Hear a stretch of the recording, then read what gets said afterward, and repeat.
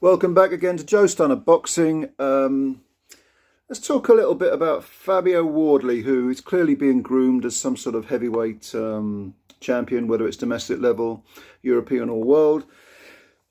Tonight he fought Daniel Martz of America, who was really brought over as a fall guy. Martz is, 6'7", looks the part, looks like a sort of very poor man's Robert Helenius. Martz has 20 wins and 17 of those are by knockout. Now, that suggests some power. At lower level, he hasn't fought anyone major.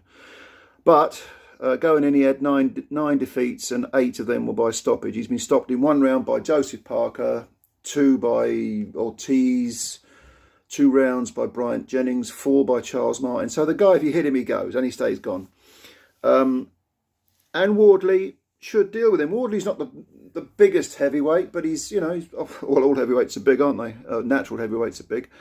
But in the first round, again, we saw some flaws from Wardley because his jab can be very lazy. He also leans to his right when he jabs, which to me, I don't like. That's an accident waiting to happen. A chopping right-hand counter would give him problems. And he's a slow starter. He allowed Martz to get brave, and Martz came in with these very clubbing punches. Didn't trouble Wardley to any degree, but Wardley just a little bit too lackadaisical in the first round. Like I say, I wasn't impressed with the jab. He hangs his left hand very low as well. I don't like that. He's got some bad habits, basically. But he can punch hard. In the second round, he got Martz with an overhand left and then followed by a right. I think it was the overhand right that put Martz on the floor. Martz gets up, shows a bit of fortitude, tries to fight back, tries to keep Wardley at bay. But then I think Wardley finished him. I can't remember the punch now offhand. I think it was just a combination. And Martz went down, holding or touching his right ear as if its eardrum had been popped. And he shook his head. He said, no more. So that's all she wrote, really. I mean, the jury's out for Wardley. He's an intelligent guy. When he speaks, he comes across as being intelligent. He was out for a while, but not really that long. I mean, it's...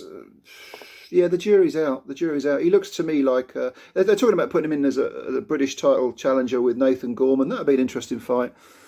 And he does show some pop in his punches. But... I mean, the fight with Nick Webb, for example, that was a 1-rounder and he did Webb in a round. Webb was coming off a good win, very good win. But Nick Webb was sort of overwhelmed. He sort of shot his bolt in the first round, almost, kill or be killed. And then Wardley took him out. So he's got some pop in his punches, but I'd like to see some defensive improvements and I'd like to see him start faster, concentrate more from the word go. Yeah, and that's all she wrote, really, isn't it? Did you see the fight? What do you think of Wardley? Yeah,